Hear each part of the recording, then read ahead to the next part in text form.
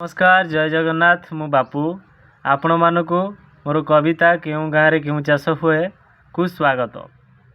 कवि मंजुल बापू नायक लेखुची गाँ कहानी।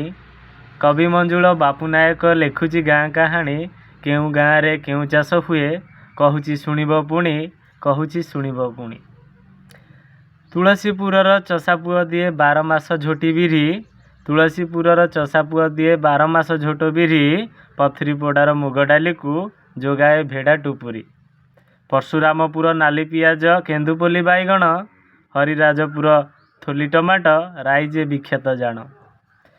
कुरुमुपड़ार मूला शाग को ढंसरर शिंब। ब्रह्मपुरर पिता सुकुआ पाटी को भारी स्वाद पाटी को भारी स्वाद।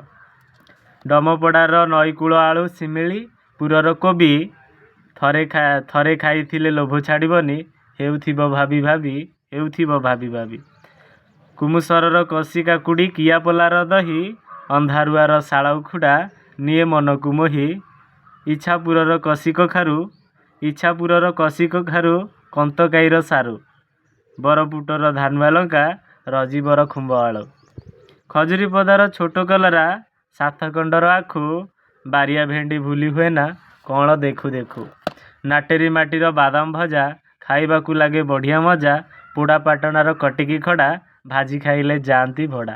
कड़रापल्लीर पाचिला आंब कालीपोईर पणस। कड़रापल्लीर पाचिला आंब कालीपोईर पणस। एही गीत पढ़ी दोष न धरिब लेखिची गाँर रस। जय जगन्नाथ।